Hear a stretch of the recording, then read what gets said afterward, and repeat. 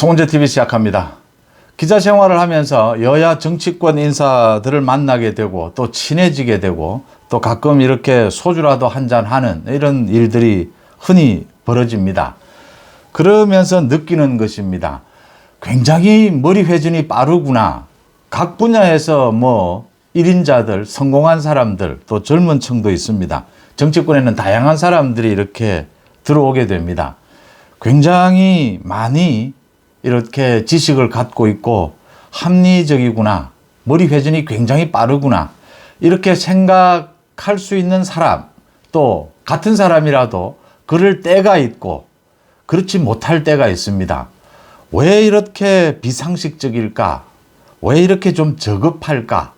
같은 사람이라도 굉장히 세련됐다가도 굉장히 비열한 이런 상황이 되는 경우도 봅니다. 물론 대부분의 정치인들이 기자를 만날 때는 여러 겹에 아주 점잖게 또 같은 말을 해도 여러 번 돌려서 자신의 진짜 의중을 드러내지 않으려고 노력을 합니다. 그렇지만 좀 친해지다 보면 또 소주를 한잔하고 이러다 보면 여러 가지 자신의 속마음을 털어놓게 되고 그런 생각을 할 때가 있습니다. 최근의 정치권을 보고 있자면 또 오늘 이런 일들이 벌어졌습니다. 이 참 상식적이고 합리적이다 라는 생각이 들 때도 있고 참 비열하고 저급하다 라는 이 두 가지가 교차하는 이럴 때가 많이 있습니다. 제가 생각하기에는 이번 국회가 또 지금 현재 이 정치권이 가장 수준이 낮지 않나, 이 전체적으로 봐서 이런 생각을 하게 됩니다. 특히 민주당에 그런 사람들이 많다. 모두들 자기의 정치적 계산을 해야 되고 또 최근 들어서는 이 진영 정치라고 하죠. 이 개딸을 비롯해서 강성 지지층의 입맛, 구미에도 맞춰야 하고 일반 국민도 생각해야 하고 이렇게 여러 가지를 고려를 해야 한다.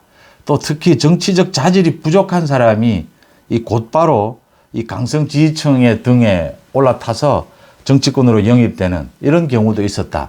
정치적 훈련을 받지 못했다. 이런 여러 가지 이유가 있을 겁니다.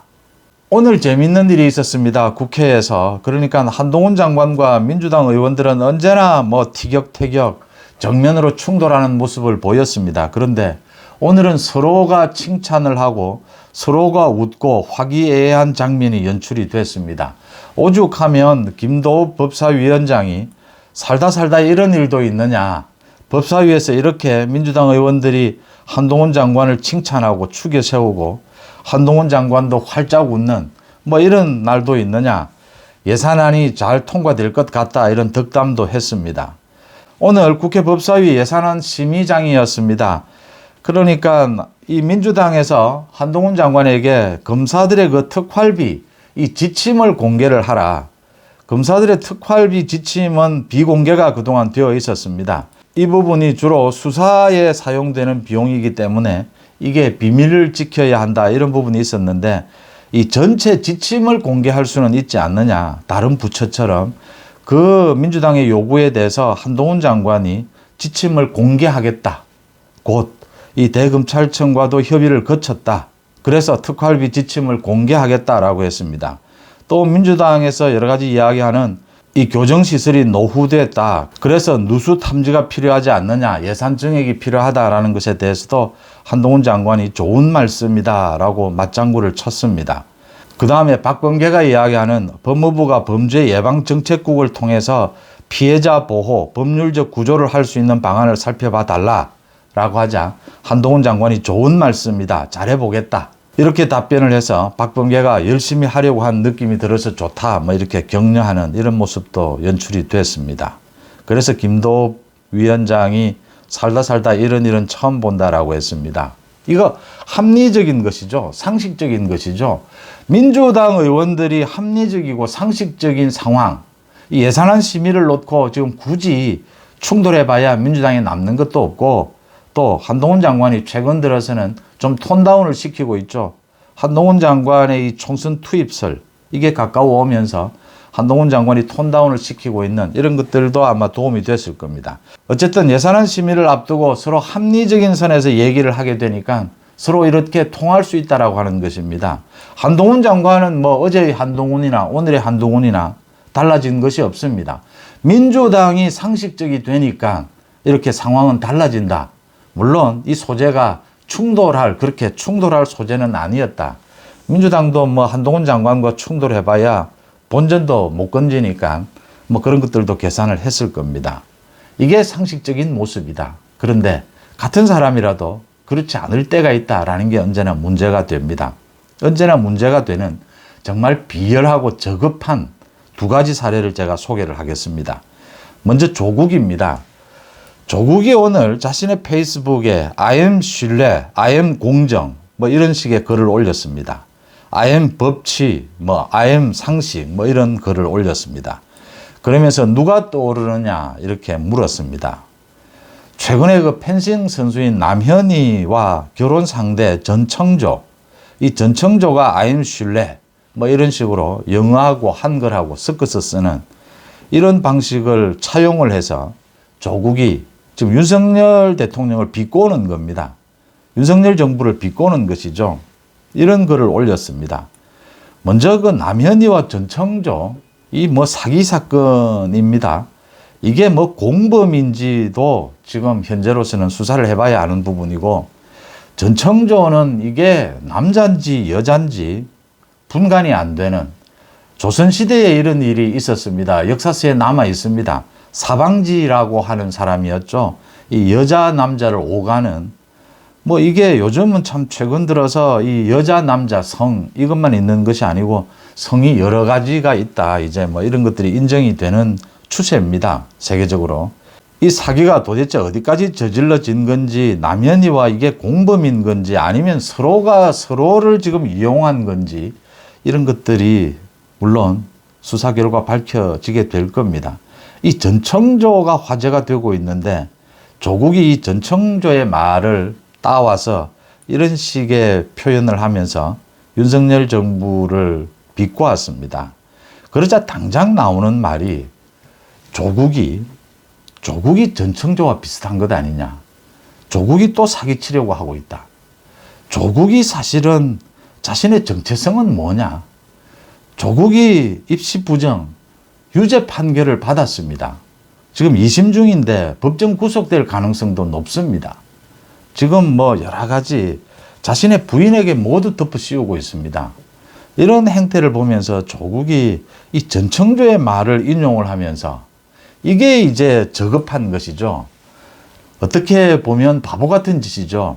오히려 전청조라고 하는 이 사기꾼의 이미지가 이게 여잔지 남잔지도 알 수가 없는 이 이미지가 조국에 그대로 오버랩이 되는 겁니다.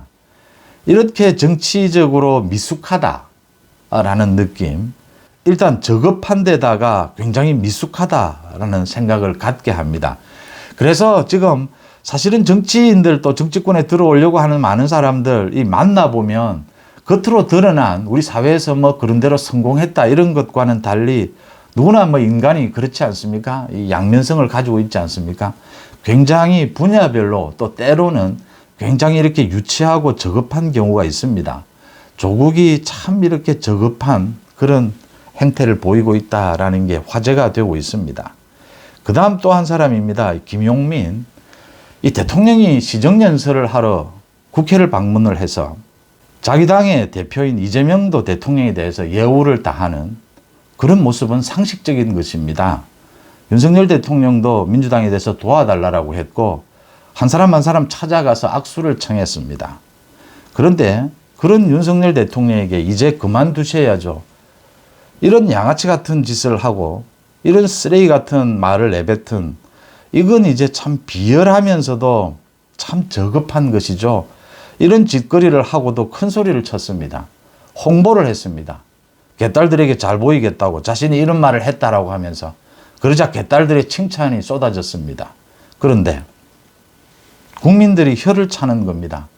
어떻게 저런 인간을 공천을 했고 저런 인간이 국회의원이 될 수 있고 저런 인간이 국회의원인 그 당이 이재명이 있으니까 오죽했겠나, 이런 이야기가 나오는 겁니다. 민주당 내에서도 이게 뭐 하는 짓이냐, 이걸 지금 덮기 위해서 김용민에게 강한 압박이 갔을 겁니다. 그러자 이 김용민이 이걸 지금 변명한다고 변명이라고 낸 것이 이겁니다. 국민들의 퇴진 요구를 전달하고 민주당이 끊임없이 얘기해왔던 국정쇄신 요구를 포함해서 이제 그만두셔야죠. 이렇게 이야기한 것이다라고 했습니다.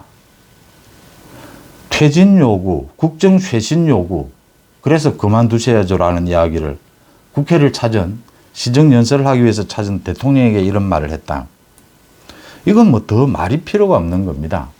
양아치 짓을 하고 그걸 변명하기 위해서 또 쓰레기 같은 짓을 하고 있는 겁니다. 이런 사람이 또 같은 사람이라 하더라도 이런 짓을 할 때가 정치인이 굉장히 많다라고 하는 점입니다. 이런 점들을 잘 기억해서 선거에서 걸러내야 한다. 이런 정치인이 있는 그 당은 정상적인 당일 수가 없습니다. 뭐 민주당 마찬가지고 국민의힘 마찬가지입니다. 계속해서 걸러내는 작업이 일어나야 합니다. 혁신 작업이 일어나야 합니다. 지난 10년, 20년을 돌아볼 때 지금 정치권이 가장 이 수준이 낮지 않느냐, 전체적으로 이런 판단을 하게 됩니다. 그래서 지금 인요한 혁신위에 대해서도 여러 가지 많은 이야기가 있습니다. 인요한 혁신위원장이 조금 전에는 또 방송에 출연을 해서 소위 윤핵관, 자신은 윤핵관이라는 표현이 마음에 들지 않는다. 그렇지만 윤석열 대통령과 가까운 의원들이 모두 서울에 출마, 수도권에 출마해야 하지 않겠느냐, 희생해야 하지 않겠느냐, 이 이야기를 했습니다. 영남권 중진들, 이 험지 출마 이야기에 이어서 소위 윤핵관의 험지 출마 이야기를 꺼낸 것입니다. 이제 혁신 안으로 이걸 다듬어서 내겠다라는 이야기입니다. 바꿔야 합니다. 인요한 혁신위가 지금 잘하고 있느냐, 잘 못하고 있느냐, 여러 가지 찬반 논란이 있을 수 있습니다. 그런데 인요한이 가고자 하는 방향은, 이 혁신위가 가고자 하는 방향은 맞습니다. 바꾸고 희생해야 합니다. 윤석열 정부에 대해서 지지를 한 이유가, 윤석열 대통령의 탄생의 이유가 정권 교체입니다. 단순한 정권 교체가 아니라 정치 개혁입니다. 바꾸라는 겁니다. 정치 개혁의 처음과 끝은 사람을 바꾸는 것입니다. 사람이 바뀌지 않으면 정치의 전체 시스템 틀은 전혀 바뀌지 않습니다. 사람을 바꿔야 한다. 그래야 정치가 바뀐다라는 것입니다. 오늘은 합리적이고 상식적인 부분, 정치에 있어서 아주 비열하고 저급한 부분을 한번 대비시켜 봤습니다. 여러분들은 어떻게 생각하십니까? 송은재TV 마칩니다. 고맙습니다.